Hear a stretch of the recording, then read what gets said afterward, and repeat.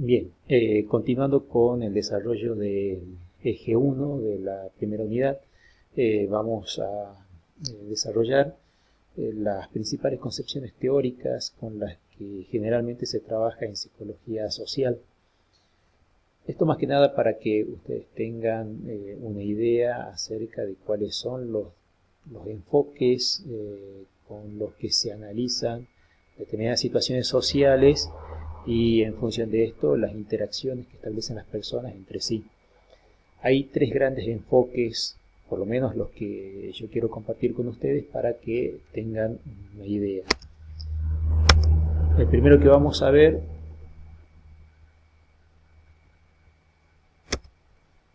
es el enfoque de la teoría conductista. Esta teoría psicológica tiene su origen en principios del siglo pasado, ¿sí? En 1900, a partir de esa época, ¿sí? Ha sido desarrollada por diversos autores y representantes de la psicología del ámbito conductista, entre los cuales puedo mencionar a Watson, Skinner, Pavlov. ¿Qué es lo que plantea principalmente esta teoría? Que el comportamiento humano obedece o vendría a ser, el comportamiento humano vendría a ser una respuesta al estímulo del medio ambiente o al estímulo del entorno. En otras palabras, quiere decir que lo que nosotros hacemos, nuestras conductas, son el resultado de una adaptación al estímulo del entorno, al estímulo de la realidad. Hay algunas críticas que se le hacen a esta teoría y algunos reconocimientos, por decirlo de alguna manera. En primer lugar, es una de las primeras teorías que logra explicar de alguna manera el comportamiento y la conducta de las personas. Y en otro sentido, se le critica el hecho de que sea bastante reduccionista al momento de interpretar la conducta, ya que solamente la considera como una medida de adaptación de las personas a lo que es el entorno, a lo que es el medio externo. Vamos con un ejemplo. Los conductistas consideran, o la teoría conductista considera que nuestras conductas, lo que nosotros hacemos, responde únicamente al estímulo al que estamos expuestos. Piensen, una persona, supóngase que nació y se crió dentro de un contexto familiar y social de mucha privación o de muchas carencias, o incluso podemos decir de alguna manera de mucha violencia, para los conductistas es un futuro, un posible violento, es decir, una persona que se cría dentro de ese ámbito, dentro de ese espacio. Los conductistas interpretan que esa condición, ese estímulo social, si se quiere, va a generar en la persona una conducta en ese orden, una conducta ya sea también de violencia o tal vez de huida, por decir de alguna manera, ¿sí? Entonces, los conductistas consideran que la presión del entorno es la que condiciona las conductas de las personas, ¿sí? Que en definitiva nosotros lo único que hacemos es adaptarnos al estímulo, ¿sí? Reaccionar al estímulo. Hay un experimento muy famoso, capaz que en algún momento lo habrán escuchado ustedes, de un científico, Pavlov en este caso, que él, ¿qué era lo que hacía? Que con su perro, experimentaba con su perro, ¿sí? Y el experimento consistía en lo siguiente, ¿sí? Él veía que su perro, su mascota, se babeaba cuando estaba frente a la comida, es decir, cuando estaba próximo o se acercaba el momento de comer o el momento del almuerzo. Entonces, ¿qué es lo que hizo él? Al momento de darle la comida o de acercarle la comida, hacía sonar una campanilla, hacía sonar una campanilla. Y en ese momento, bueno, el animalito también tenía esa misma reacción, se babeaba, ¿no es cierto? Es decir, deseoso de ese alimento. ¿Y qué es lo que hizo Pablo en un tercer momento? Es decir, cada vez que él iba a dar la comida a su animalito, a su mascota, hacía sonar la campanilla. ¿Sí? Es decir, eso lo fue repitiendo durante un tiempo hasta que el animal se acostumbró a eso. ¿Y qué pasó? En un tercer momento, Pablo solamente hacía sonar la campanilla y lograba que el animal se babeara. ¿Sí? Es decir, logró establecer una modificación en el estímulo y generar la misma conducta o el mismo comportamiento ante un estímulo distinto. Hay muchas cosas que nosotros hacemos o evitamos de hacer como mera respuesta a un estímulo. Fíjense cómo hay muchas campañas, no sé si campañas preventivas, para decir de una manera, ¿sí? Pienso ahora en este momento en las campañas que se realizan para desalentar el consumo del tabaco o del cigarrillo, ¿sí? O para desalentar esa conducta, la del fumar. Fíjense ustedes cómo desde hace un tiempo a esta parte se han ido tomando algunas medidas y entre ellas la de introducir en las etiquetas o en los envoltorios de los cigarrillos imágenes sensibles, imágenes bastante gráficas de determinadas patologías o enfermedades que uno podría tener si continúa con la práctica del fumar. Entonces, ese estímulo trata de buscar un cambio en la conducta, trata de buscar desalentar la conducta del fumar, ¿sí? Entonces, los conductistas plantean que modificando determinados estímulos se pueden modificar las conductas de las personas. Algo que puede llegar a ser cierto, ¿sí? en algunos casos, pero que tiene como crítica o tiene como principal falencia que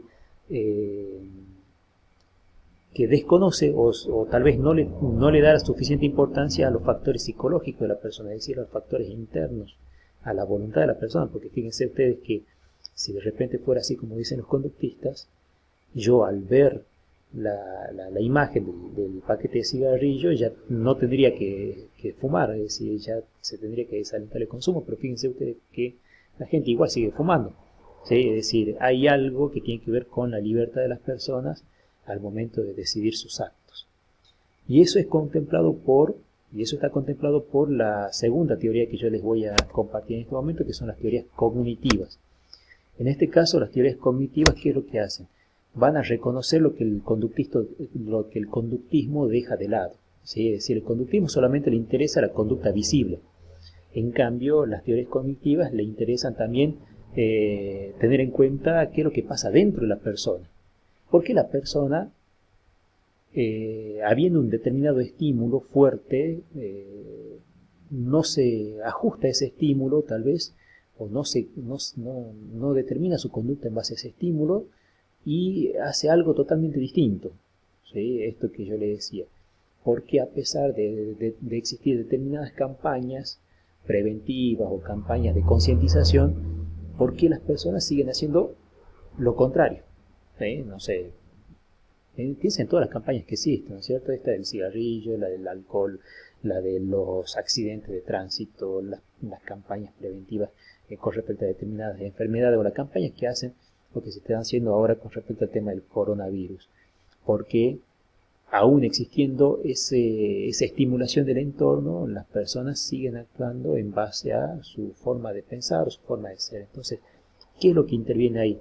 Interviene la libertad, la voluntad de la persona, la libertad del ser humano. Y esa libertad está condicionada por pensamientos, sentimientos, ideas, emociones, cuestiones que son internas, cuestiones que entran dentro de ese factor cognitivo de la persona.